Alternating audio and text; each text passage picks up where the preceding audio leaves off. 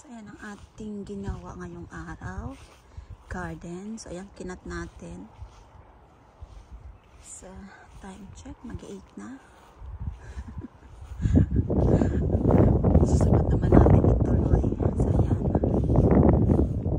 Nasimulan ko talaga mag-garden. At ang aking anakis ay late na. Ano tuloy? Late na ang tulog niya. Tinawag na lang ako. So, ayan. Diba? Ang aking mga tulips.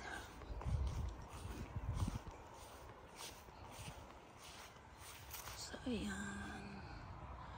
Ayan. So, ayan.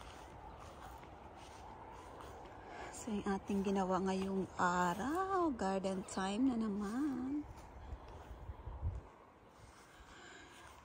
Nag-garden kaming tatlo.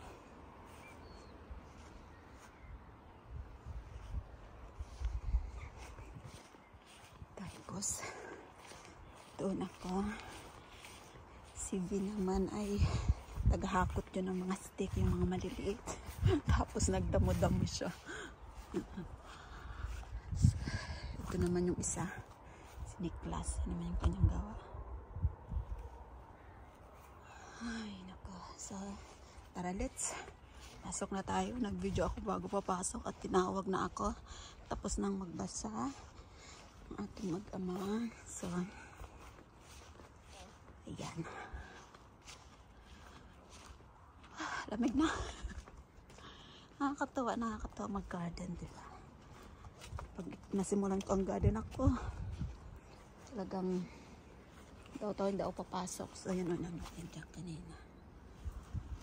Hi! So, yan ang ating ganap ngayong araw. Ang ating, mansanas, oh. Ayan. Nagkakaroon na ng dahon. Lamig. So, yan. Thank you for watching. Bye!